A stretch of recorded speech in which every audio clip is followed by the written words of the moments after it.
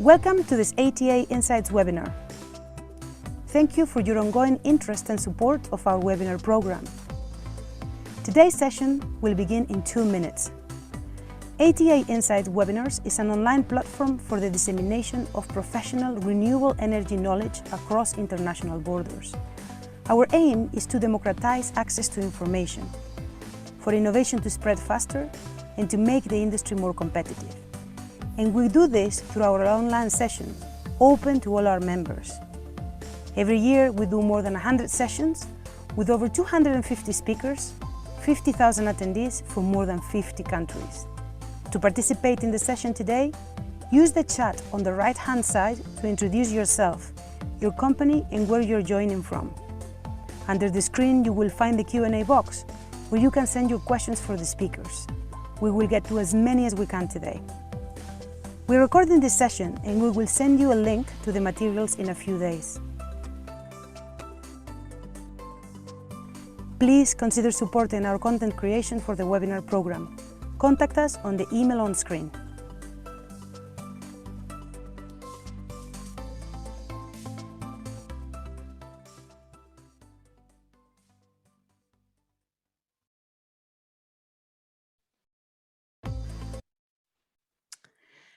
Welcome, ladies and gentlemen, to this online session, where we're going to discuss the key considerations to scale up the mini-grid sector in Africa.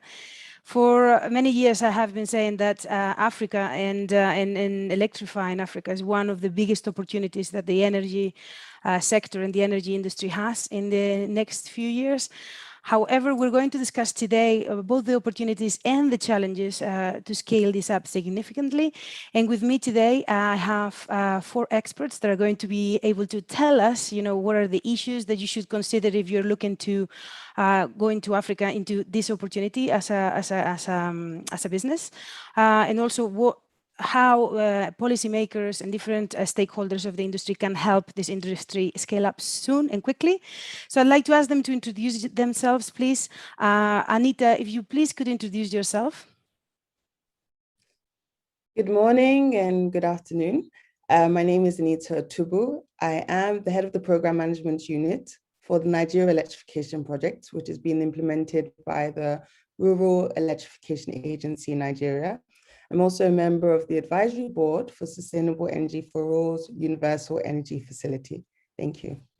Thank you very much, Anita, for being here with us today. Next, I'd like to ask Joan to please introduce yourself.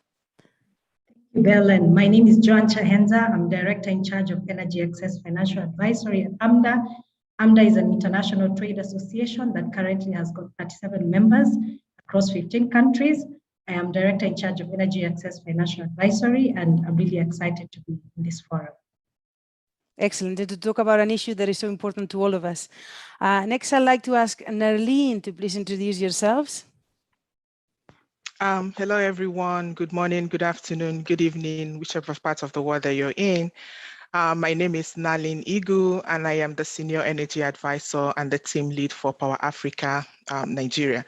Power Africa is a US government-led initiative that pulls in the resources of over 170 organizations around the world to see to the increase in access to electricity in sub-Saharan Africa. And so I manage the Power Africa portfolio for USAID Nigeria. Thank you and welcome to the panel again. Thank you very much, Darlene, for being here with us today. And last but certainly not least, Dennis, our diversity hire for the day.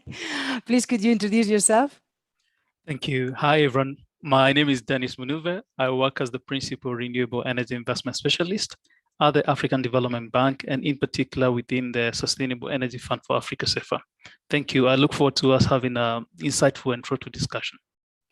Thank you very much, Dennis, and thank you very much, all of you. And this is a very important session for me, and I'd like to tell you all that it's actually been like maybe 5-6 sessions that we have more women than men in the panel, so I'm particularly proud of this one. Really, really proud to also welcome here Dennis, because we hear from everyone. We'd like to be as much as possible balanced in terms of gender and otherwise, but I'm really happy that we've managed in this panel as well, because we're talking a very, very important issue, and I'm really glad to welcome you guys here. I would like to just make a note about the people who are in the audience. I can see you guys there. You've been really quiet so far. far. I can see there are people from Malawi, from Nigeria, people from the UK, from DR Congo, Mozambique, but I'm sure there are more of you because I can see in the numbers there is a lot of you. So please welcome, please introduce yourselves in the chat. We'd like to know where you're based, where you're contacting us from today, where you're connecting from rather.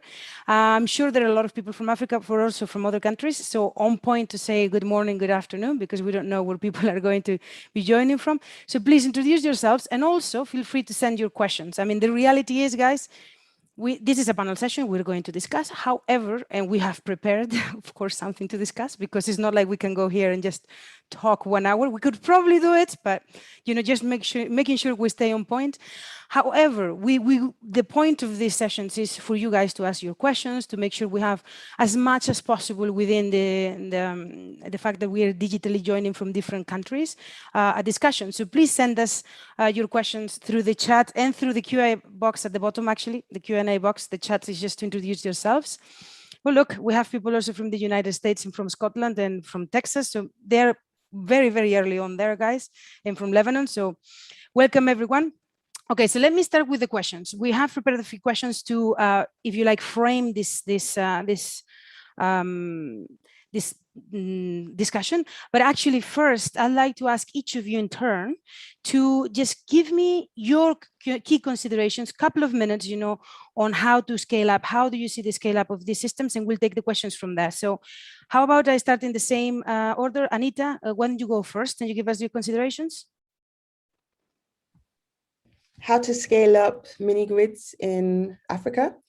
Most importantly, to ensure that the government is fully backing the use of off-grid solutions, renewable energy solutions in their respective countries. That's really important. Having that enabling environment. Thank you very much. Did you want to add anything else? Or do you want to live in plan? This is the topic that you need to worry about. Yeah, so like I said, having that enabling environment, having government fully backing it, having essential incentives, whether it's grants, whether it's low interest loans, having data, available, ensuring that there is opportunity for public-private sector participation. That's really the only way we can ensure scalability in the mini-grid space or the other space in the region. Okay, governments that are present, please take note. Next, I'd like to ask Johan, what about your key considerations? Thank you, Darlene. So I'll add to what Anita said. And from my perspective, I'm looking at 3 key considerations. Number one, there has to be clarity on tariffs, right? And having said that, I'm looking at a tariff that balances end consumer ability to pay and willingness to pay, and developers, of course, remuneration for any prudently incurred investments. Number 2, policy and regulatory structures that can scale, right? Most of the policy and regulatory structures that are there are either maybe based on grid-tied power, which is not sustainable, and the ones that are there, those that have been developed, really the implementation is where, there's a bit of a challenge, right? And on the 3rd point, I'd like to maybe throw a bit of a curveball and say that mini grids are infrastructure projects, and they should be, considered as such and not really as social enterprises, right? For them to really scale, we need to recognize that they are infrastructure projects and they need to be treated as such. I couldn't agree more. We forget very, very often that energy is infrastructure, and we give it complete different in terms of bankability, in terms of the project development, completely different milestones. Darlene, how about you go next and you tell us your key considerations for scaling up mini grids in Africa? Yeah, thanks. Just to tack on a bit to what Anita said and even Joanne, for the need to increase private sector engagement in scaling off grid, and in fact in the entire business community in Africa. And so to do that, you have to improve the microeconomic challenges, the macroeconomic environment for the entire continent, right? And so we're talking about issues with foreign exchange, difficulty to access foreign exchange. You're talking about the gap between the perceived risk and the actual risk in the market. There's just, investor trepidation, if I may use that word, to enter the market. They see it as very turbulent. They don't think that they can get a good return on their investment if they enter the market. And sometimes these are perceived risks and actually they're not real, they're not. And then, so there's this gap between the perceived and the actual risk. So closing that gap and making sure that investor appetite increases into coming into the market, because let's face the fact, currently it's mostly development organizations and philanthropic financing that's aiding mini grids and even solar home system scaling in Africa. But we know that that is nowhere enough. So we have to bring in where the real money is, which is the private sector. And so taking care of those issues, and that would include what Anita had mentioned, the enabling environment, having regulatory systems in place to make sure that you're able to come into the market and do your business without fear of, like not being able to get the permit on time. And just even the issue with, like I said earlier, Forex and all. So, but I'll stop here so that I don't hog the mic and, for the next questions. Thank you. Thank you, Darlene. Well, at least for now, you guys have all been adding topics on top of, what the other one has said. So, but this makes the job really hard for Dennis now. So Dennis, go ahead. What are your key considerations? Yeah, thank you, Belen. Maybe just to add on what Anita, Joanne, and Darlene have said, there's actually quite a huge mismatch between supply and demand in terms of the terms that are being offered and the needs for mini grids or decentralized renewable energy solutions. And this could include issues to do with tenor, the high cost of capital, high collateral requirements, which normally impact the affordability of energy solutions.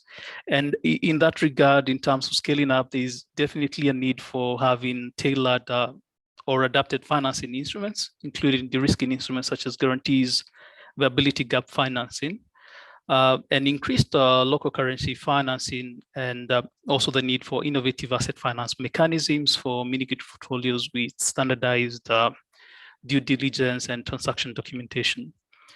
Apart from that, of course, there's also the need for providing that upstream support in terms of preparation funding for innovative projects. Thank you. Thank you very much. So we have an issue with policy. We need tariffs to make sure that that mini grids can scale up quickly. Bankability and everything that has got to do with risk gapping, financial instruments still needs a lot of work. And I think the biggest point here is mainly most of the capital in mini grids right now is coming from development and philanthropic sources rather than the private sector, which is the issue that brings us here today to talk about how to get the private sector a bit more into this, to make sure that it scales up as it should, because it is a huge opportunity for the right companies that can make it. However, the challenges are there. So first question would go to Joanne and Darlene, if I may. It's about how can microgrids contribute to building a more resilient electrical system in countries with low electrification rates. So if you guys could, maybe Joanne, you start, and then Darlene, you can add. Go right ahead. Thank you, Belen. I'll go fast. No, take your time. We are actually in the decade of action, right, for the achievement of SDGs. And with over 600 million households still lacking access to electricity, then we see there's a great potential for mini grids to actually give least cost electrification to these households that are not served by the grid. Having said that, and reflecting on the mini grids for $500 billion 2019 report by the World Bank, we see that there's really a very huge potential to actually electrify 490 mini grids. So 490 households using 210 mini grids by year 2030. And the investment cost that will be utilized for doing this is almost close to 220 billion.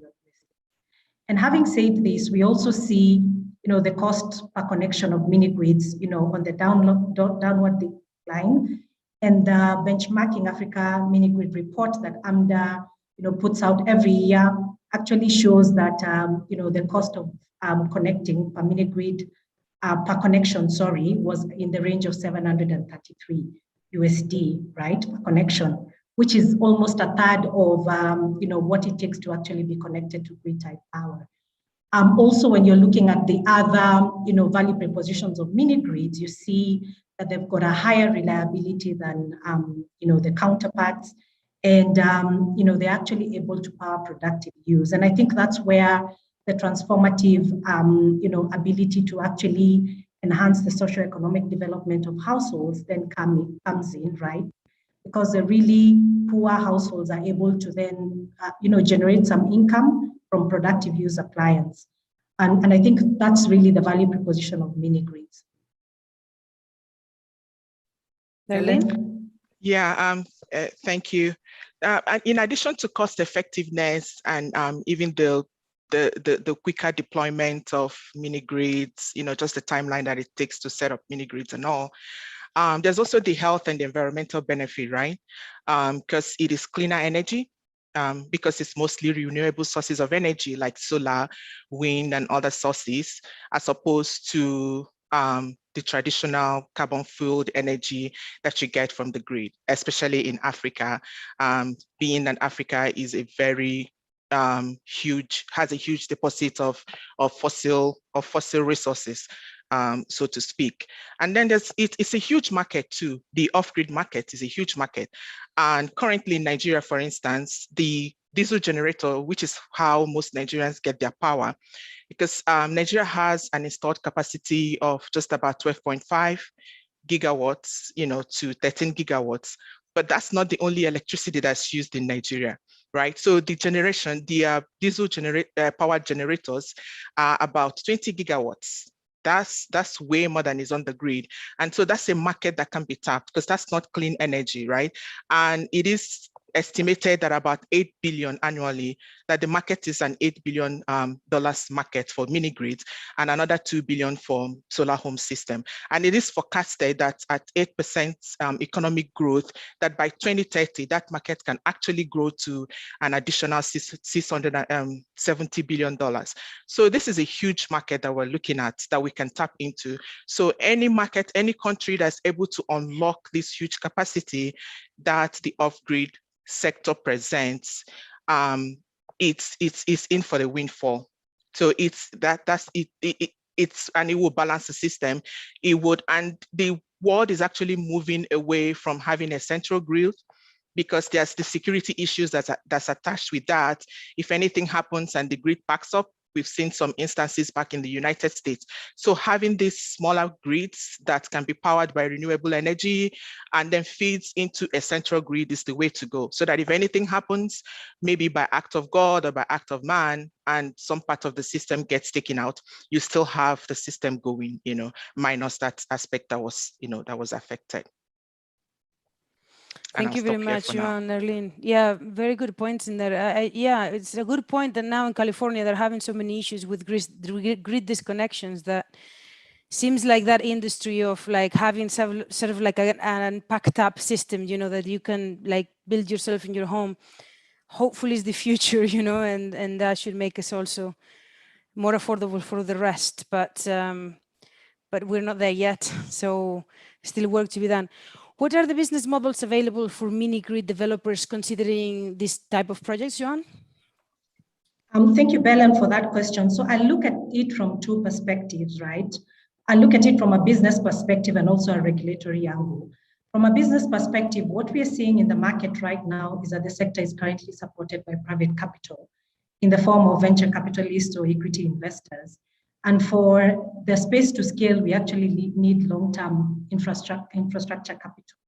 So most developers right now in the market are either raising capital on balance sheet, or there's very limited, of course, on non-recourse of balance sheet innovative financing in the sector. So we've seen several developers being able to actually raise financing based on non-recourse financing, but generally we see a lot of developers still raising financing on balance sheet. And I would say this could be due to the nascency of the sector, and of course the risk-reward profile, and of course that is really inhibiting a proliferation of debt capital in the space, right? From a regulatory standpoint, I'd like to take this from two different angles and reflecting on the growth of mini grids within the East African market, right? East Africa mini grid developers ideally used, like the unsolicited bottom-up approach, and specifically in Kenya and Tanzania, where these developers actually went on the ground, secured sites that would ideally have potential, and then went ideally, had got a license to operate from the developers, from the communities, and they obtained regulatory approval on the basis of that. The other option that we're seeing right now, and especially within the West African market, is really a top-down tender approach, where the government actually does the site selection, and there's actually, in some instances, actually a contractual-based regulation that then, would be the basis of which developers would then deploy the mini grids. So it really depends on which markets that you're looking at, but we're beginning to see, a lot of growth within the split ownership, EPC and O&M basis tenders that are being floated by governments. But I would say, I think for me, the biggest criteria, regardless of which perspective you're looking at, is really making sure that there is, number one, clarity on tariffs, and whether those tariffs will actually be able to compensate the private sector investments. And number two, just the policy and regulatory landscape, right? To be able to make sure that private capital and investments that are done by the private sector are then able to be, protected. If anyone wants to add anything else here, I know Joanna was mainly the one to answer, but if you guys want to add something, go right ahead. If not, I can go to the next question. Okay, so what regulations and incentives exist in the African countries right now that can accelerate the deployment of mini grids? And this question goes mostly to Anita and to Joanne. So if you want to start, Anita, yeah, go right ahead. Awesome. So talking about the legal instruments, in particular with regards to Nigeria, I think the most important law is the Electric Power Sector Reform Act, and that privatized the sector to allow for private sector participation in the generation and distribution space in the country. With this same act, it established the Rural Electrification Agency, which is currently headed by Engineer Ahmed Salihijo, which allows for, or rather provides for access to electrification in rural communities through the provision of solutions, including mini grids. It also established the Nigerian Electricity Regulatory Commission, who's responsible for regulating the sector. And therefrom, or from the Nigerian Electricity Regulatory Commission, a regulation for mini grids was also developed.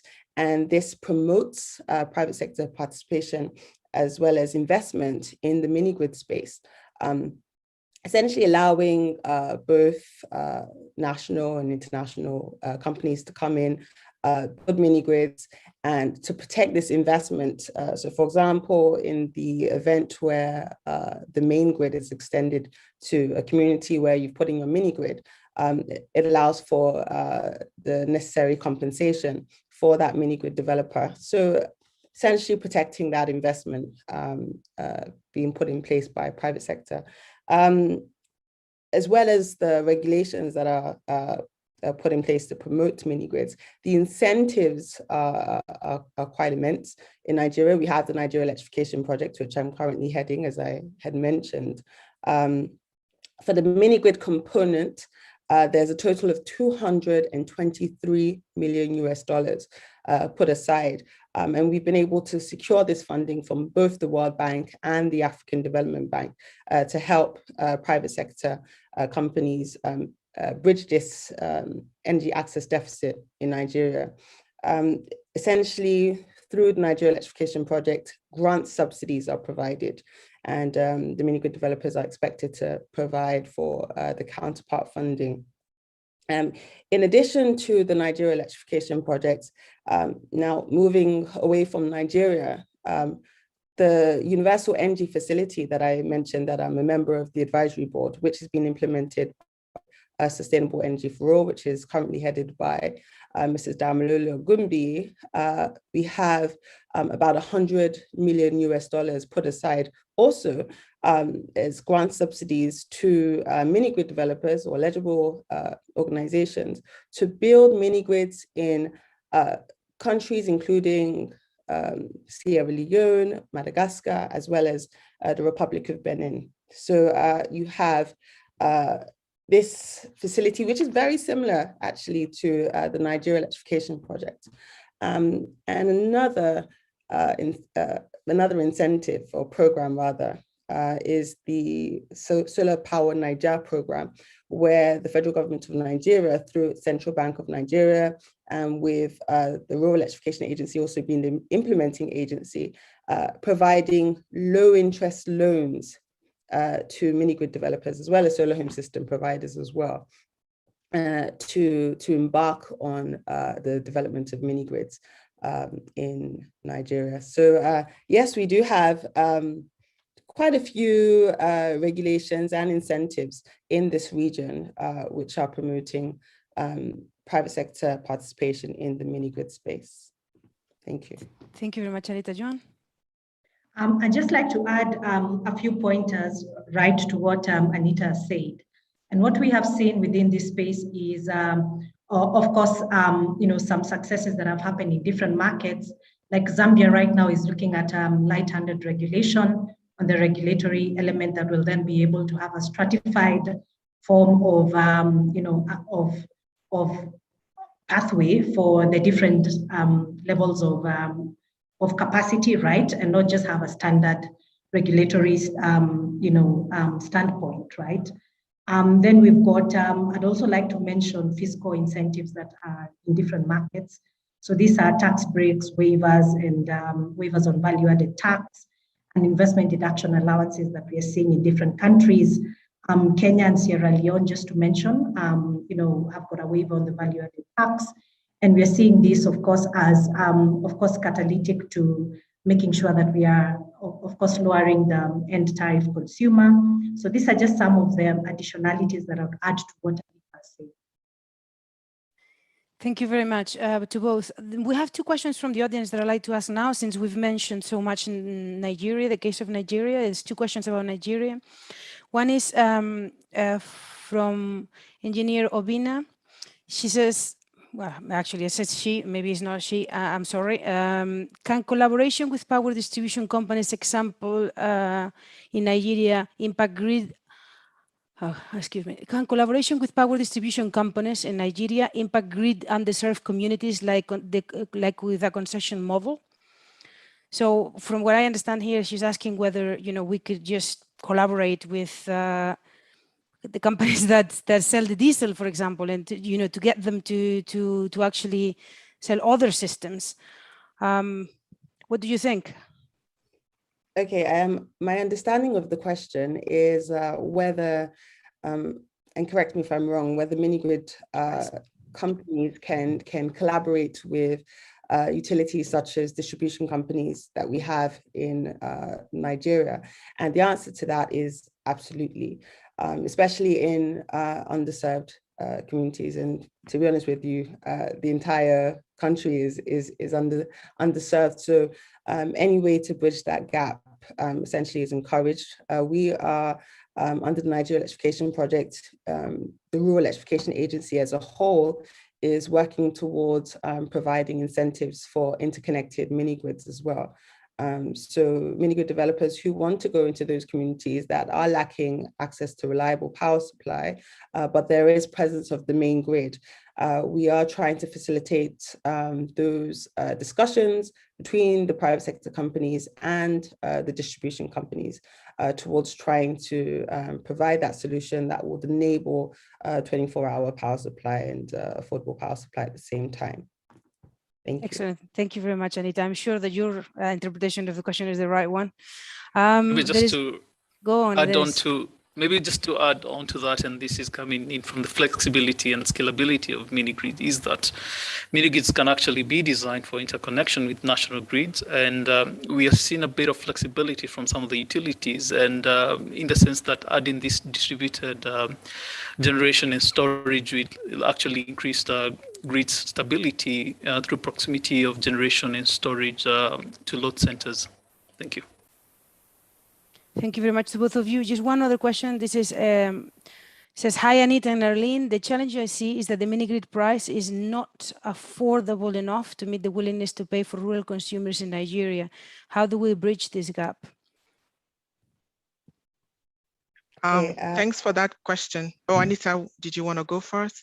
That's okay. Go ahead, Darlene. I can respond to that. Yeah, and before I answer this question, I actually wanted to say that, yes, to the one that Anita and Dennis just answered, that we actually are, yes, working with local utilities to see that they decentralize their energy resources and include mini-grids. And one of what we did is we partnered with Anita's agency under the World Bank's funded Nigeria electrification project to, under the activity called the Energizing Markets. And so we energized one of the markets in the capital city and we partnered with the utility such that when there's no utility power, that mini grid that we set up there was providing power.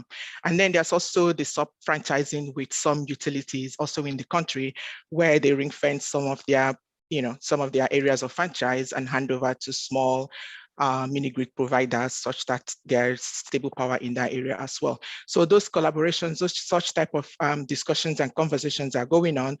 We're just looking for opportunities to scale them, and that's what we're currently working on. And then as concerned, what's the other question? The cost of mini grids.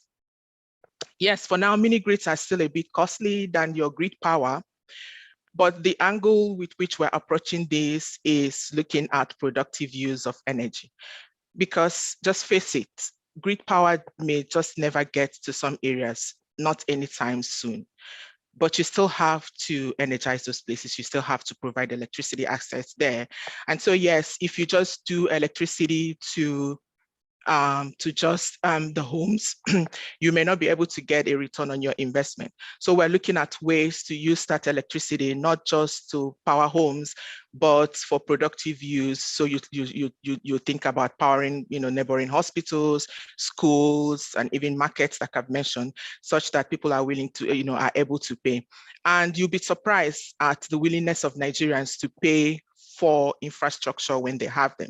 That was the same issue that was on ground when mobile companies were trying to enter the country. Everybody was saying that the tariffs were off the chart, that people would not be able to pay, but they were surprised at what the actuality was when those companies finally came into Nigeria. And that's what we are seeing in areas where we have been able to deploy mini grid.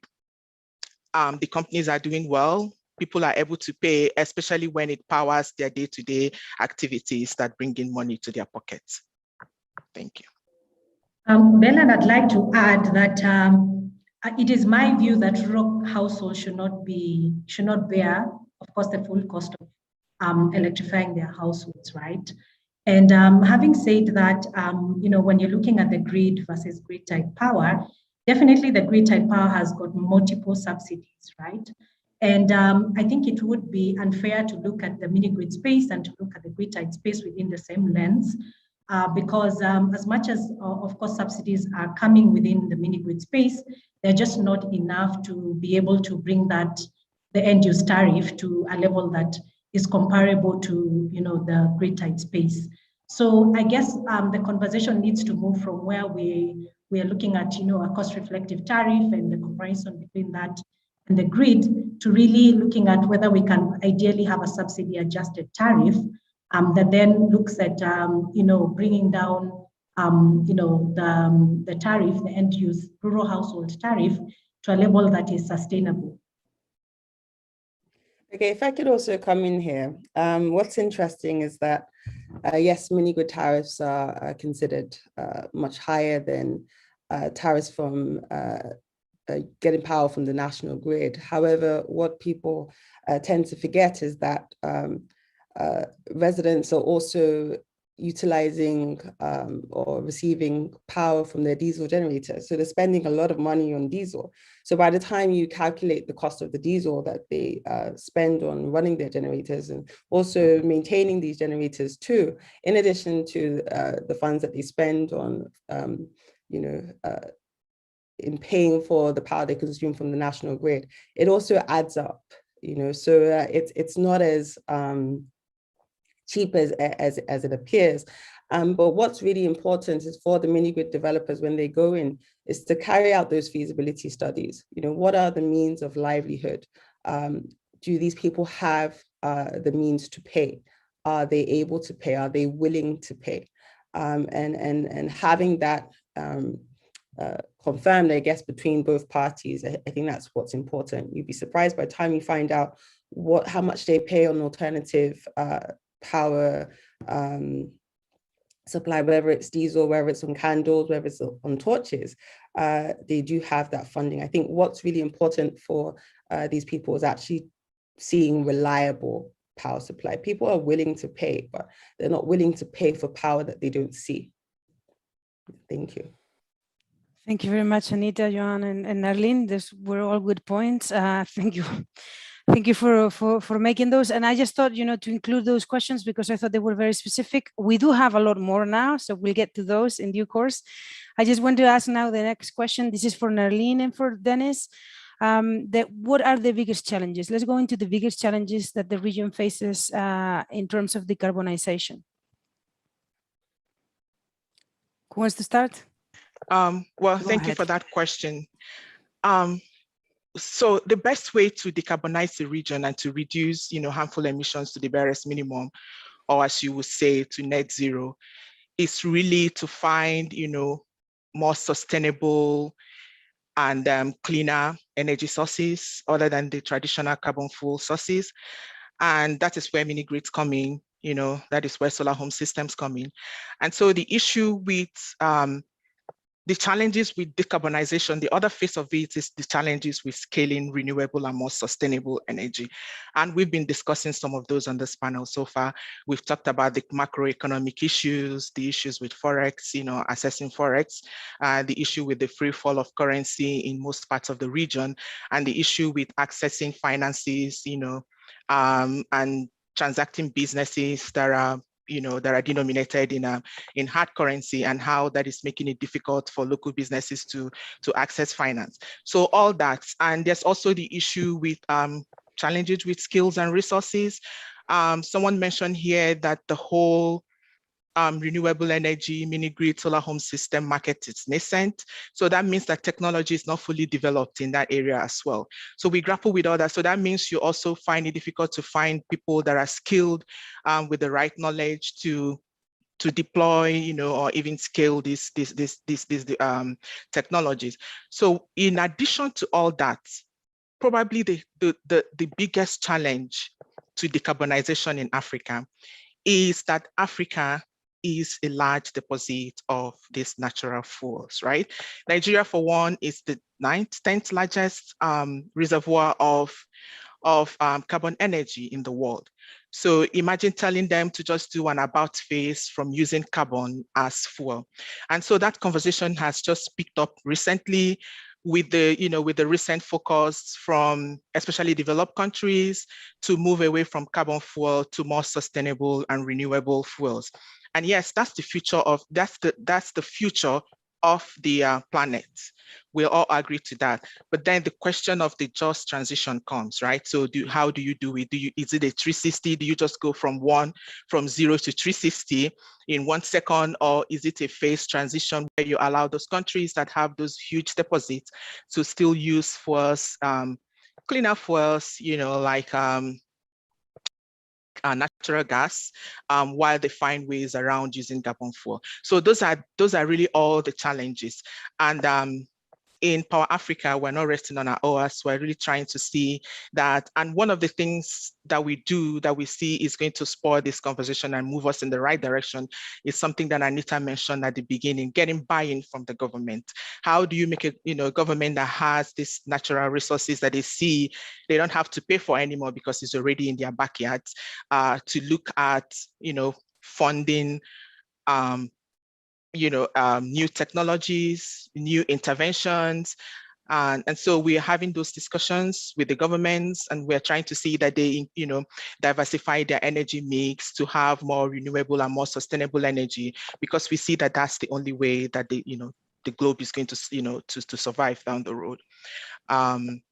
Yeah, I'll stop that and hand over back to you. Thank you. Thank you very much, Darlene. Certainly, the whole climate change thing is making things harder, but also more urgent. Dennis, you wanted to add here, right? Yeah, thank you, Belen, and thank you, Darlene. Just to add on to that, we see the falling cost of renewable energy technologies, especially on solar and wind, has, of course, made renewables to be more competitive.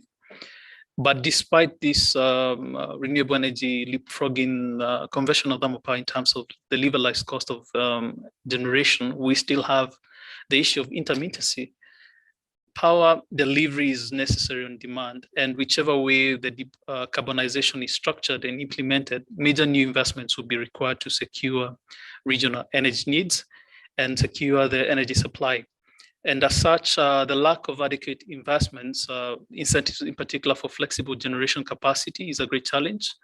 We see, considering the simultaneous phase out of certain technologies, for increased flexibility in the market structures, investment will need to be secured and economic viability ensured. The other key challenge is with the heavy industries, given that they account actually for the high percentage of CO2 emissions, whether we're talking about the steel, cement, and chemical industries that are the top percentile of emitting industries. Part of it owes to the technical factors like the need for very high heat, process emissions, and economic factors, including low profit margins, capital intensive, long life asset, and trade exposure. Policy will be crucial in terms of achieving industrial decarbonization, but it will still require large capital investments in the low margin industries. And the low hanging fruit is actually on energy efficiency. We need to rethink our consumption. Energy efficiency is the cleanest, the most cost-effective resource available to meet our energy needs, while reducing our reliance on outdated fossil fuels. Whether we're talking about on the utility side of having efficient transformers, or whether in the residential, we're talking about efficient appliances, using less energy is something that we should all be doing today. And there are so many opportunities to make our supply chains more efficient and energy intensive. And we do have the different technology options that are providing a range of solutions to tackle the energy transition across the supply chain. But technology alone will not achieve the decarbonization challenge. We need to have a well thought out policies, socially responsible companies and investors, and changing behaviors. At the African Development Bank, and in particular through the Sustainable Energy Funds, we are actually supporting on green baseload and also on green mini grids and energy efficiency with regard to the decarbonization agenda. Thank you. Thank you very much. Many points have been raised here, and also in the meanwhile, we've gotten many questions, guys.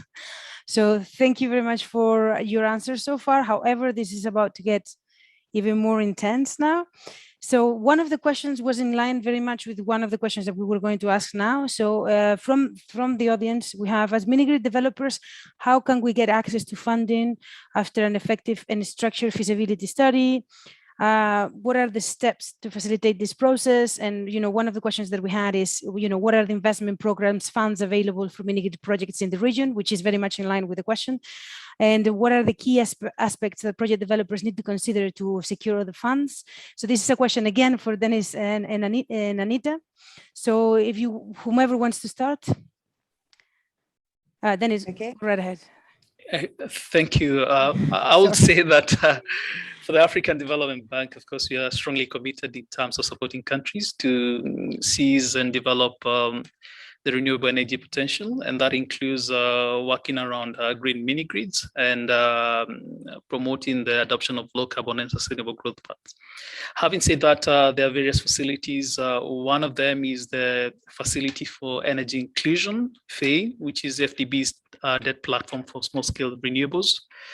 It's a $500 million facility for our energy access projects, both off-grid solar or even small IPPs and mini grids, and has an objective of aggregating capital from concession and commercial investors, structuring bankable projects and that demonstrate commercial viability, as well as delivery through flexible instruments. We do also have the Africa Mini Grid Acceleration Program, which is a $7 million technical system program that is seeking to expand private mini grid in Africa through major components, including designing new bankable national mini grid acceleration programs and providing catalyzing investments, which include de-risking instruments like guarantees, result-based financing, as well as strengthening the ecosystem. On the local currency side, we also do have a leveraging energy access finance framework, which seeks to unlock local currency debt and overcome market barriers to support the growth of mini grids and in general decentralized renewable energy. It's not only the FDB that's working in this space. Of course, we do have the World Bank and other financiers. I think in terms of the facilities, I can stop there for now. I'm happy to come in later with regard to what we will be looking at in terms of before availing capital. We need to be sure the project bankability and other items that I'm happy to list. Thank you. We'll get back to you then after. Go ahead, Anita. Okay, thank you. So I mentioned earlier the Nigeria Electrification Project, which is funded by the World Bank and African Development Bank, being implemented by the Rural Electrification Agency, which provides a results-based financing facility. I also mentioned the Universal Energy facility, which is implemented by Sustainable Energy for All. So these two programs target Nigeria, Sierra Leone, Madagascar, as well as the Republic of Benin in providing grant subsidies to mini grid developers who want to build mini grids in off-grid rural communities. What I didn't mention was our IMAS program, which is the Interconnected Mini Grid Acceleration Scheme, which is being implemented by the Rural Electrification Fund Department of the Rural Electrification Agency. And this is where we're providing funds to companies who want to develop interconnected mini grids, which is in relation to the earlier question that was asked concerning such collaboration with utilities. Also, you have organizations like Olon who are providing financing to mini grid developers. And then technical assistance as well. It's not always about funding for equipment, but also providing technical assistance to support these mini grid developers in the development of their business models. You have the likes of USAID, and I'm happy Darlene is a panelist here. Through her MPSP program, they provide lots of technical assistance to mini grid developers in building, developing mini business models and the likes. You have GIZ through its NESP program as well, very similar acronyms, providing such technical assistance as well to mini grids. Now, what do mini grid developers need to consider when looking to secure this such funding from the likes of NEP, UEF, Olon, etc. First of all, they would need to identify these communities that they find to be viable, conduct the necessary feasibility studies, enter into sufficient exclusivity agreements, because it's one thing saying you've identified the community, but it's not enough. That's not enough. You need to be able to demonstrate that the community actually wants you there, that they actually want your mini grid there. Thirdly, getting the necessary regulatory approvals. So for example, in Nigeria, you need permits, a mini-grid permit, or you need to register your mini-grid with the Nigerian Electricity Regulatory Commission. Conduct your environmental and social impact assessments as well and get them approved by the relevant body as well, whether it could be the Ministry of Environment, which is the case in Nigeria. I think it's also important I mean, we touched on this topic of affordability of mini grids, right? So yes, having a cost reflective tariff, but making sure it's affordable, making sure, you know, these are aspects that international financial institutions, government agencies, development partners who are providing such programs and funding schemes are looking at. They want to see this sort of information and documentation from the mini-grid developers. And the most important thing is being able to show or demonstrate that you have embarked on such projects in the past. So have you developed a mini-grid? Is it currently in operation? That's very important as well. Thank you. Thank you very much, Anita. I wonder whether Dennis wants to now talk about the other side. Go on, Dennis. Yeah, I think Anita has covered most of the items that we'll be looking at. But just to add on to that, I think it's critical to really have a strong team that has the skills and expertise that's required for the projects. And this could also be complemented by having strategic partners on your side that bring the expertise, the technology, and ability to also navigate the regulatory and licensing requirements. Of course, the regulatory approvals are critical, and also having the authorized concessions for the service areas that you're looking at, and clarity with regard to the demand or who will purchase the electricity, in what quantities and what prices, just as Anita mentioned, with regard to the tariff structure and expectations. Thank you. Thank you very much to you both. There is a question from the audience that I think is quite relevant here. It says, when will governments, regulators start cross-subsidizing private sector mini-grids the same way they subsidize state-owned utilities? So I just wanted to check it out there. Anita, I don't know if you have an opinion on this. Yeah, I mean, through the Nigeria Electrification Project, we're providing subsidies, right? So for every connection that is verified by our independent verification agents, we provide the Naira equivalent of $350 to the mini-grid developer. And that in turn will be put into the MITO model or calculation, which will reduce the cost to the end user. Yeah, it's already a step that the government has taken as they've subsidized tariff for power being supplied from the main grid. It's also the case through programs such as the Nigeria Electrification Project. Excellent. Thank you very much. I'm going to keep going. We don't have a lot of time because it turns out this discussion has been really, really interesting, actually, and there's been a lot of questions, as you've seen. There's also been a lot of interaction. I don't know if you've had the chance to see, but there are people in the chat talking about projects they have that they want to share, they want capital, and there is a little bit of discussion in that end. And I'm really glad to see that, because this is the point of doing these sessions, you know, to inform, to give a little bit like the communication information, let it flow, but also hopefully to create a good ground for projects to grow, hopefully. So good luck to you guys, you know, chatting and getting together over these projects. I do hope you're successful. The next question we had is, how can international project developers be incentivized to develop bigger pipelines in the region? And I'd like to direct those to Dennis, Anita, and Joan. So I don't know who wants to start. Go on, Joan. Yeah. Thank you. So I'd like to say that out of the 2 billion committed funding that has been recorded by the mini grid funders group, only 13% of that has been allocated to the space, which I think is a really small amount when you're looking at that vis-a-vis the entire allocation. And I would say the reason for this has been largely about the regulations that are there, which ideally are not enabling scale. And, you know, in most cases, financing actually, you know, follows regulatory certainty. So when the regulations are actually, not appropriate for the sizes of the mini grid, then you see financiers really, struggling to deploy funding where there's regulatory uncertainty. You find in most cases, and we've seen within the benchmarking report that AMDA puts out, that the licensing period in most markets is averages 1 year.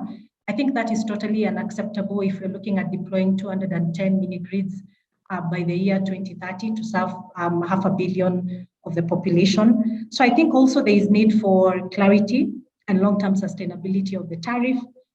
This includes, of course, the balancing of the investments and of going to the private sector and the ability and willingness of the end consumer. Having said that, I think also it's it's good for regulations to allow for some form of contractual basis to ensure that there is allocation of risks and obligations. And on this basis, it's easy to have guarantee products and political risk insurance and other credit enhancement tools that then have got a catalytic effect, and in terms of drawing commercial lending. Then also, I think we need to have clarity on grid arrival rules to protect private sector investments, and also clear grid encroachment, framework, right? To make sure that, of course, the grid will not be extended to areas where there are private sector mini grid developments. Thank you very much. Who else wants to add here? Yeah, if I can come in here. I mean, Joanne had mentioned the legal framework to establish that enabling environment, which is really important. I think secondly is the provision of data, especially as we're talking about international mini grid developers who are not familiar with the terrain of a particular company or country, sorry. So having that data available, granular data, where are those communities that lack access to power? Do they, what's the load demand like? Do they have the means of paying? Are they willing and able to pay, and so on? Imagine having that data readily available for when these international mini grid developers come into the country, thinking to get involved in this space. Thirdly, it's also important for coordination amongst the relevant government bodies as well. So for example, with the Nigeria Electrification Project, we try our best to work alongside the regulator, to work alongside the ministry responsible for environment, because we know that our mini grid developers will need to get certain permits and licenses from various government bodies, which can sometimes prolong and stall implementation of these mini grids. So making sure there's proper coordination of these relevant bodies. And if possible, like in the case of Nigeria Electrification Project, we have dedicated staff in these various regulatory institutions that are focused on supporting companies who want to benefit or participate in the Nigeria Electrification Project. So it somewhat provides a fast track process in obtaining certain permits and approvals from these governing bodies. So effective stakeholder coordination on the government level, that's really important. Also for government to provide that security as well, security challenges. A lot of people are interested in coming into Africa to build mini grids, but obviously, if they don't feel like their lives will be protected, they're unlikely to embark on such projects. So for government to provide sufficient security measures so people feel confident enough to bring in their investments and to work in these countries. Finally, as it concerns providing incentives around import duties, reduced taxes, this also will go a long way in incentivizing international, not even just international, even local mini grid developers in this off-grid space in the region. Thank you. Thank you very much, Anita. Long list there, very detailed. Go ahead, Dennis. Yeah, we need to really address the market hurdles that are preventing the participation of both the local and commercial lenders to finance mini grids. We do see there are a lot of risk, of course, according to the local financial institutions associated with renewable energies, and they do perceive them to be high risk, mainly due to lack of understanding of the sector and the capacity to assess such projects, and also lack of historical track record per se. And in that regard, in terms of the financial incentives, these need to have tailored de-risking instruments. These include credit guarantees, viability gap financing, whether it's resource-based financing, as Anita mentioned, in terms of offering CapEx subsidies, and also looking at increasing local currency financing.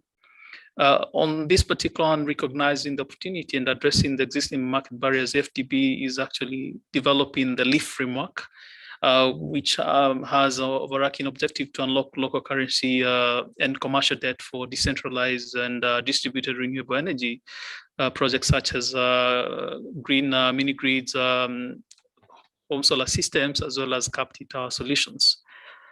In addition to that, I would really like to encourage the developers to also keep an eye out for country programs that are being developed by DFIs, because these typically provide financial incentives that are geared towards economy of scales. And this should also look at the possibility of partnering with local enterprises, that this is often a requirement, and for them to also bring strong financing packages that can enable competitive tariffs while reducing the amount of public subsidy that's required. Thank you. Thank you very much, Dennis. Since we don't have a lot of time, we've run out of time actually, but I'd like to just stand a little bit more because I think there is a couple of questions that are very, very important. I hope it's okay with all of you. By the way, a lot of people in the audience, I'm sure you've seen it, but they're thanking you, they're agreeing with what you say. It's very brilliant and interesting panelists. This is definitely worth my time, so definitely, guys, well done for you there. We'll give you a silent applause later, since we're all each in our own homes. But I have just a couple of questions extra. One of them is from me, one of them is from the audience that I'd like to ask. One is about the issue of whether the mini grid is the right answer or a solar home system is the right answer for certain areas. So could you kind of run through the pros and cons of developing mini grid projects against the installation of solar home systems in rural areas? And this goes mainly to Anita and Marlene, but it's open to all of you. So Anita, if you want to start, because I could see that you were going right there, and then Darlene, you'll go next. Go right ahead. Okay, thank you. So both mini grids and solar home systems, they have great advantages or benefits towards achieving universal access to electrification in a country, if you want to do so within a very short time frame and using a least cost approach. Now, mini grids are really good for those communities that are far from the grid, that are densely populated with economic activity going on. Households are pretty close within, as it concerns proximity. Having mini grids in those communities make more sense because such communities are considered economically viable. Also, it powers AC appliances that are typically powered by the main grid. And also, if such communities are found to be viable, they easily can be interconnected with the main grid, which could in turn reduce the cost for the end user as well of the power. As it concerns solar home systems, my personal opinion, I think that they're really good for, again, communities that are not connected to the grid, but sparsely populated households are not so close in terms of proximity, very minimum economic activity. Essentially, these communities have very low energy demand and are the last mile customers. And so having solar home systems put in place, I believe that it's the solution that can, I guess, meet the basic needs of those communities. It's not also, I mean, it could also be used for your micro, small, medium-sized enterprises, so those small shops. But yeah, typically for communities that really have minimum economic activities. So yes, in bridging this energy access gap, mini grids for densely populated communities with economic activity, solar home systems for those communities that are sparsely populated with minimum economic activity. And it's very important to add that these solutions are not solutions to take over the main grid, but rather to support or to supplement the main grid. That's a really important point to make. Thank you. Darlene, your turn. Yeah. And I'll be quick and try not to repeat what Anita have said. But as the name mini grid implies, they are mini, replicas of a grid, and they can range from a few hundred kilowatts to any number of megawatts, right? And so that means that they are able to emulate and take advantage of established project financing structures, OMM structures. And so that makes it easier to finance mini grids and even for their reach, right? So you can use it to power C&I, like Anita was trying to say, as opposed to solar home systems that provide electricity on a much smaller scale. And because solar home systems are usually small, it's difficult for them. You have to do innovative financing structures to be able to finance them. And the burden of financing solar home system establishments is usually rest on the company and the corporate structure. So that's one of the problems that they are encountering. And so in the grand scheme of things, just to round up quickly, in the grand scheme of things, mini grids, can go any size you want them to be.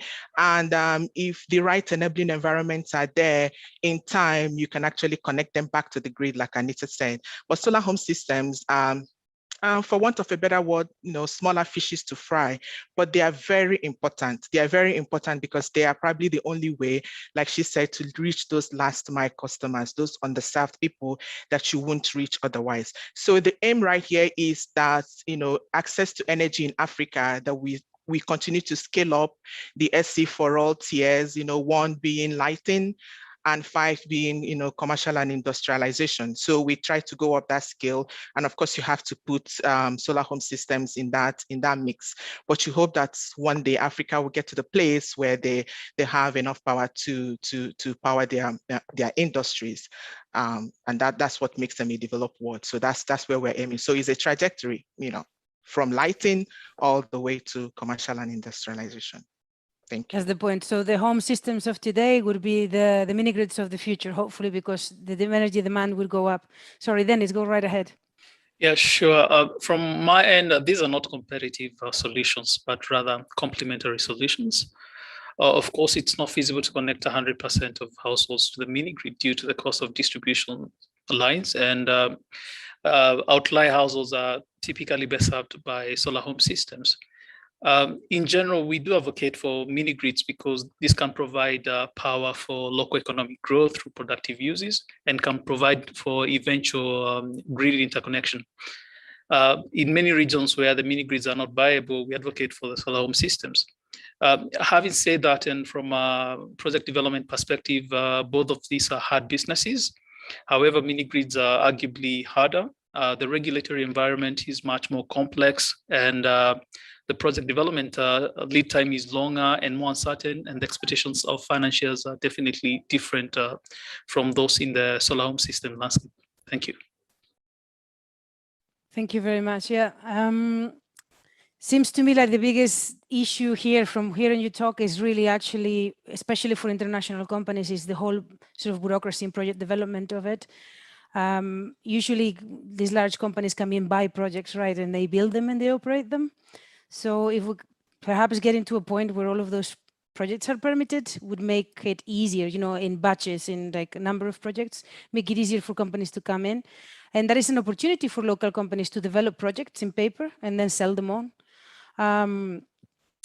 But I can understand that there's so much going on there, and the complexity is such that it's very difficult to actually see. The progress is done like in an anatomized manner, so to speak. So last question I wanted to ask, and is one about fair transition, really, that was sent just now through the chat from Lawrence, and it says, is there any incentives towards development, developing of sort of local manufacturing, skill development, research and development in Nigeria and the rest of Africa? Because this is a really, really key part. We can't keep on bringing technologies, sort of onshoring them from somewhere else. This is about developing the local community, developing the lifestyle, and developing really like opportunities for local markets. So I just wanted to open to all of you, whomever wants to start.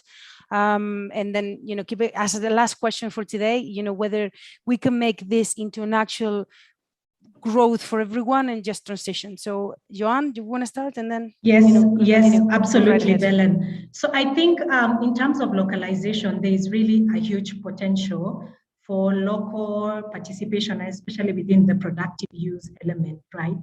So building value chains that then enhance local participation and really enhance, the participation of women is really, very important within the mini-grid chain. And, within this space, of course, we've got both international and local developers in the market. And I think just opening the space up to enhance technical assistance to local developers is really key in, sort of enhancing the localization element. Okay. Go, Anita. Can I come in? Yeah. All right, thank you. In addition to what Joanne had said, in Nigeria, we have the Solar Power Nigeria program, also known as the 5 Million Connections program, which I had mentioned earlier, but as it concerns providing low interest loans to mini-grid developers who want to build mini-grids. But what it also provides is loans for companies who want to build manufacturing plants to manufacture in-country such solar equipment as well. So that is also available in Nigeria, accessible for Nigerian companies can access these single-digit low-interest loans for local manufacturing. Secondly, under the Nigeria Electrification Project, we have the productive use equipment component, which is funded by the African Development Bank. So again, we're providing grant subsidies to actually the consumers of the power to purchase appliances for productive use, to provide for livelihood so that they're able to pay for the power that they consume, and also to improve their way of living. So yes, those are two examples of quite a few ways we've been trying to promote local content and local training and so on within the country. Thank you. Thank you very much. Darlene, Dennis, do you want to add anything or any other thoughts? Darlene, go ahead. Yeah, I'm sure you saw that my head was, I was shaking it so hard that it was about to fall off, because Anita just hit it right on, the nail right on the head. So she's talked about Solar Power Nigeria, which Power Africa also intimately supports, and that does have a component that incentivizes those that want to manufacture in the country. And she's also mentioned the Nigeria Electrification Project. So, and in Power Africa, and for companies who have a traceable, if I may use that word, portfolio of projects that they are seeking financing for, we actually do have this activity that we call the investor pitches. We do not give grants, we do not give financing, but we help those companies to prepare their pitches to investors to increase their chances of getting investments. And so part of what we do is, sort of matchmaking people that are seeking to, access finance to those financiers. And that's basically, and you have to have had some sort of track record established and be at a certain stage in your company before you can be able to access that assistance. Yes, but that's one of what we do. Thank you. Excellent. Thank you very much, Darlene. And Dennis? And you can, sorry, before I hand off, you can check the Power Africa website for more information. Thank you. Thank you. Dennis, go right ahead.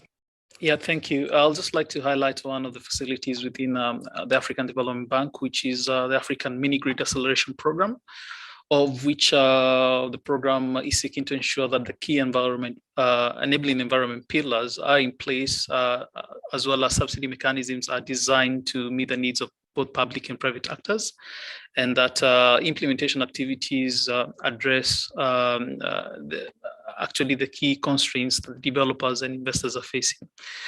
Having said that, the program itself intends to actually speed up mini-grid implementation by making large envelopes of concessional funding available. And in as much as we seek to standardize the country program designs, the funding mechanisms and procedures, we're also aware of the sensitivities with the local context. And in this regard, there's a lot of collaboration and stakeholder consultation that will happen within the countries and also with the local developers and with the large ecosystem. A part and parcel of the program is also with regard to modernization and also looking at the recent work we did in Nigeria and the development of the quality assurance framework and our market development program. We aim to modernize operation. We're looking to reduce pen and paper processes, both in design and implementation stages, and move more to digital and automated platforms. As part of the program, we are looking at different instruments. In addition to the concessional loans, there are de-risking instruments such as guarantees, result-based financing, which could take in the form of CapEx subsidy per connection, and also local currency financing. Thank you. Thank you very much, Joan. Thank you very much, Darlene, Anita, and Dennis, for your time, for your sharing your expertise. People here are loving it. Many thanks, very insightful. You guys have done a great job. I think the topic is very, very interesting too. Of course, that does help. I am delighted to see that people are talking about projects, about coming in, about collaboration. You know, this is what I hope within possibility, because, you know, we're not in the same room, of course. So thank you for the people in the audience too. Just to let you know, this has been recorded, of course. It is available. We will send you an email with the link so you can watch it again. We will also send you a link to the YouTube video that you can visit anytime. You can share with your friends. Let's get people talking about this. And Anita has just shared a few of the websites that are interesting and important.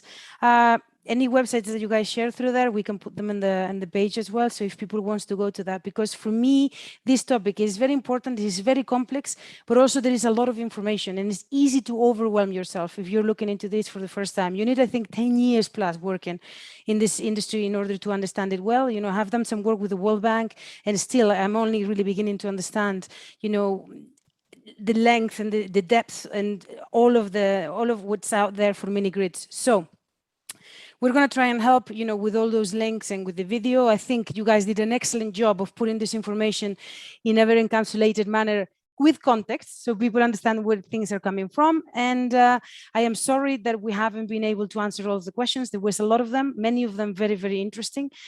However, time is limited, and even so, we've gone 20 minutes over. So thank you very much. And I really do hope that very soon we'll have a catch up and we'll talk about this again, because I think there's so much to do, you know, that it's time for everyone to work on this. Thank you very much, and see you next time.